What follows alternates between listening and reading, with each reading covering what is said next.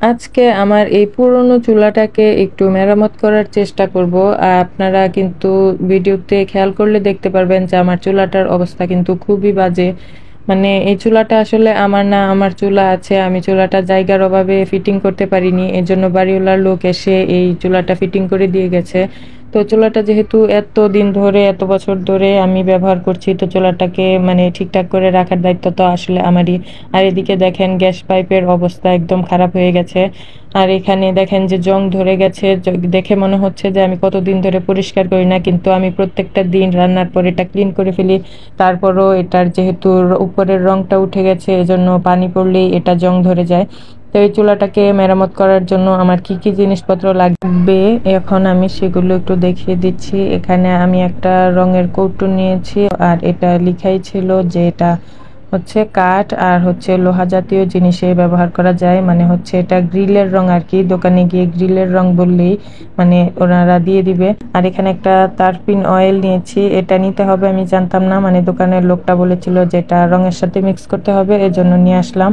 এখানে ছোট্ট একটা ব্রাশ নিয়েছি যেহেতু রং করতে হবে। আর এটা হচ্ছে সিরিঞ্জ কাগজ, সিরিঞ্জ কাগজ তো অবশ্যই নিতে হবে, কারণ যে কোনো কিছু রং করার আগে সেটা তো ঘষে নিতে হয়।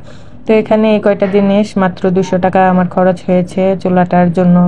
এখন আমি চুলাটা খুব ভালোভাবে ঘষে নিব। আর চুলাটা এক দেখায় কেউ বললে মানে দেখলে বলবে যে এটা হয়তো জীবনে কেউ পরিষ্কার করে না, মানে এরকমই বাজে অবস্থা দেখায় এটা, কারণ রংটা যেহেতু উঠে গেছে এজন্য খুবই বাজে দেখায়, আপনারা তো দেখতেই পাচ্ছেন। আর এখন এটা আমি ঘষে নিয়েছি, তারপর এখন এটা মানে শুকনো কাপড় দিয়ে যে জং ধরা বা উপরের যে ময়লাগুলো সেগুলো পরিষ্কার করে নিয়েছি। আর এই যে দেখেন এগুলো কিন্তু আমি পরিষ্কার করতে পারিনি। আর ঢালাইয়ের চুলা মানে পরিষ্কার মেনটেন করা অনেক কঠিন কাজ। স্টিলের চুলা হোক বা গ্লাসের চুলা, এগুলাতে পরিষ্কার করা খুবই ইজি, আর আমার তো ওইরকম চুলাও নেই, তো কি আর করার। তো এখানে দেখেন আমি হচ্ছে এই যে মুছে নেওয়ার পর তারপিন অয়েলটা, যেটা লোকটা বললো যে ঘষে নেওয়ার পর শুকনো কাপড় দিয়ে মুছে এই তেলটা দিয়ে মানে চুলাটা আগে মুছে নিতে হবে, তারপর রং করতে হবে। আর এদিকে আমার অবস্থা, হাতের অবস্থা একদম খারাপ। এখন হচ্ছে আমি চুলাটা ভালোভাবে মুছে নিব। তো মোছা হয়ে গেলে তারপর আমি এখানে মানে রংটা করে নিব চুলার মধ্যে। তো ভালোভাবে চুলাটা মুছে নিলাম, এখন হচ্ছে আমি রং করে নিব। আর রংটা হচ্ছে আমি এই কালার নিয়েছি, আমি সেম কালার নিয়ে আসতে পারি নাই, কারণ আমার মনে হচ্ছিল যে ওই রংটা তো প্রায় উঠেই গেছে, বোঝা যাবে না। এখানে আমি অল্প করে বলছিল দিতে, তো আমি এখানে বেশি দিয়ে দিচ্ছি কিনা আমি আসলে জানি না। তো রংটা করার সময় আমার কাছে একটু পাতলা পাতলা মনে হচ্ছিল। আর এদিকে দেখেন আমি ঝাড়ুর কাঠি দিয়ে মানে এটা করতেছি। মানে আমি প্রথমে চাচ্ছিলাম না যে আমার ব্রাশটা নষ্ট হয়ে যাক, তো কি আর করার, ব্রাশ দিয়ে রং করতে হলে তো ব্রাশটা মানে করতেই হবে, সেজন্য লাস্টে পরে আবার ব্রাশ দিয়ে একটু রংটা মিক্স করে নিলাম।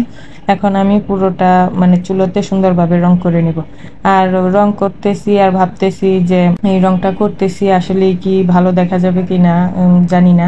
তো নিয়ে যেহেতু আসছি, তো অন্য রং তো আর করার উপায় নেই, তো এটাই করলাম। আর আমার মেয়েকে জিজ্ঞেস করছিলাম যে এই রংটা কি আসলে সুন্দর লাগছে কিনা, তো বলছে যে না সুন্দর লাগছে, সমস্যা নাই, তুমি করো, করলে রংটা পুরোপুরি করলে সুন্দর দেখা যাবে। তো আমার মেয়ে কিন্তু বয়সে ছোট হলেও আমাকে সব দিক দিয়ে সাপোর্ট করে। আর আমি রং কখনো করি নাই, এই ফার্স্ট টাইম আমি মানে অন্য কোনো কিছুই আমি কখনো রং করি নাই, এটাই আমি প্রথম করছি আর কি। তো জানি না সবকিছু ঠিকঠাক করছি কিনা, যেহেতু কখনো করি নাই সেজন্য ভুলে হয়তো একটু বেশি দিয়ে দিয়েছি যে জিনিসটা মিক্স করতে বলেছিল সেটা।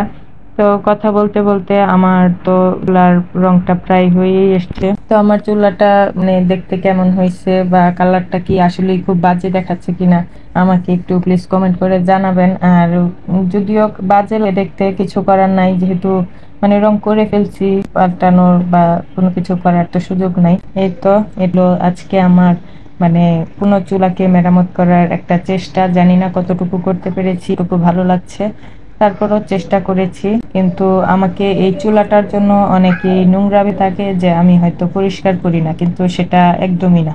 এজন্য শেষ পর্যন্ত আমি চুলাটাকে রং করেই ফেললাম। তো এখানে হচ্ছে গ্যাসের চুলা মানে গ্যাসের পাইপটাকেও আমি একটু রং দিয়েছি, যেহেতু অনেক খারাপ বাজে অবস্থা ছিল। আর আমার হাতের অবস্থা দেখেন, মানে একদম নখের ভিতর ঢুকে গেছে, জানি না এগুলো কবে পরিষ্কার হবে। সবাই ভালো থাকবেন, আল্লাহ হাফিজ।